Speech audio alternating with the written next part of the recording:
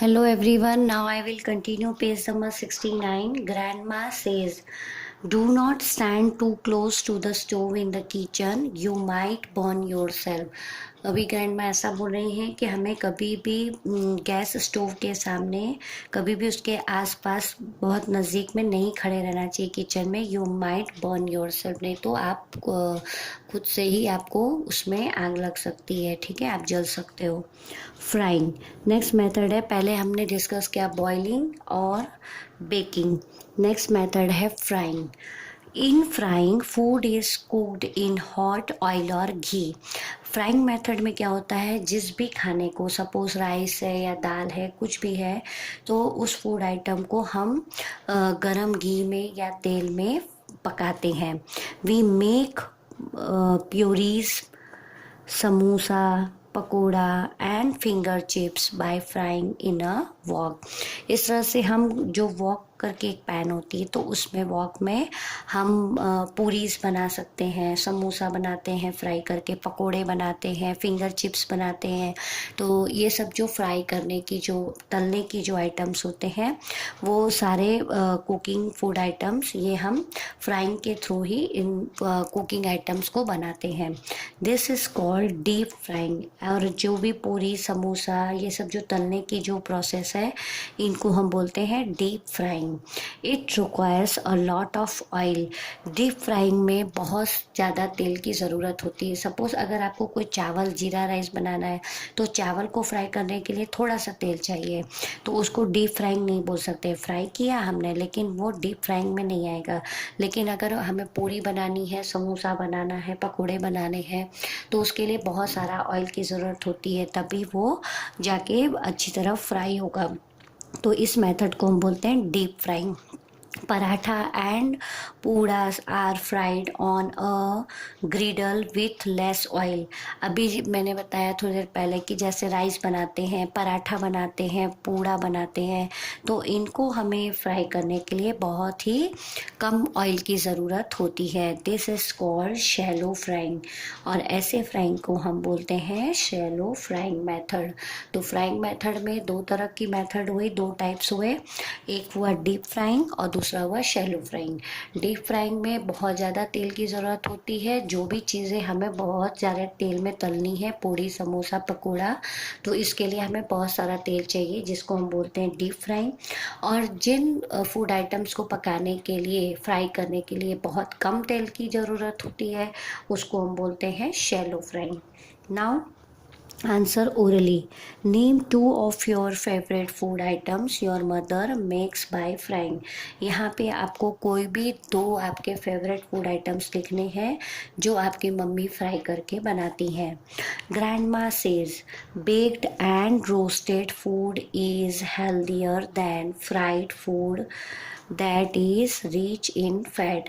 अभी ग्रैंड माँ यहाँ बता रही हैं कि बेक किया हुआ फूड आइटम और रोस्टेड किया हुआ फूड आइटम बहुत ही हेल्दी होता है, कंपेयर में किसके, फ्राइड आइटम के. जो हमने फ्राइंग अभी पढ़ा, वो फ्राइड आइटम में क्या होता है कि बहुत सारा तेल लगता है, बहुत सारी ऑयल खाने के अंदर जाती है, तो उससे हमारे बॉडी में फैट बढ़ता है. तो उसके कंपेयर में अगर हमको ज़्यादा ऑयली चीज़ नहीं खानी है, तो हम उस चीज़ को बेक्ड करके या रोस्टेड करके खा सकते हैं, जिसमें बहुत कम ऑयल की ज़रूरत या बिल्कुल भी ऑयल की ज़रूरत नहीं होती है. ठीक है. नेक्स्ट है हमारा roasting. Roasting food is cooked in an oven और ओवर फायर. रोस्टिंग मेथड आप यहाँ पे देख रहे हैं, ये नीचे आग जल रही है, इसके ऊपर पनीर, टमाटर और ऐसे कुछ वेजिटेबल्स लगे हुए हैं. तो जब भी हम कोई भी फूड आइटम को हमें रोस्टेड करना होता है, तो हम उसको ओवन के अंदर भी रख सकते हैं, या फिर ओवर फायर, मतलब कि अगर आग निकल रही है तो नीचे आग होती है और उसके ऊपर हम लकड़ी लगा के थोड़ा ऊंचाई में इसको रखते हैं, जिससे कि वो कुछ थोड़ा बहुत उसमें कलर आ जाता है, थोड़ा सा ब्राउनिश कलर हल्का फुल्का, तो फिर वो उसमें आया पनीर है, चिकन है, vegetables are often roasted on a skewer. तो इस तरह हम वो उसकी स्टिक में लगाकर इन सब चीज़ों को रख सकते हैं और ये धीरे धीरे आंच के ऊपर ये हल्के ब्राउन होते जाते हैं, रोस्टेड होते जाते हैं, सिकाते जाते हैं। फिर उसके बाद हम इनको खा सकते हैं। इसमें ज़्यादा ऑयल की ज़रूरत नहीं होती, हल्का सा ऑयल लगा के हम इसको रोस्ट करते हैं।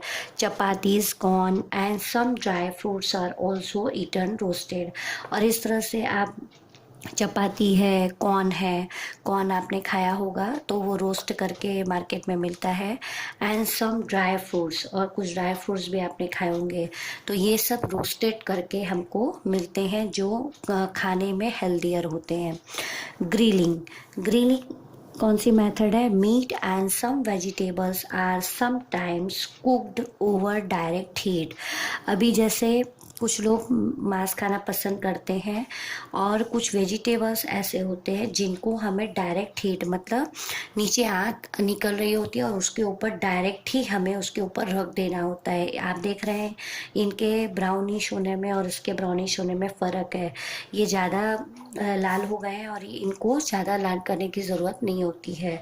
तो डायरेक्ट हीट मतलब इनको डायरेक्ट आग के ऊपर रखा जाता है। This is called grilling. It can be done in a griller और अ तंदूर।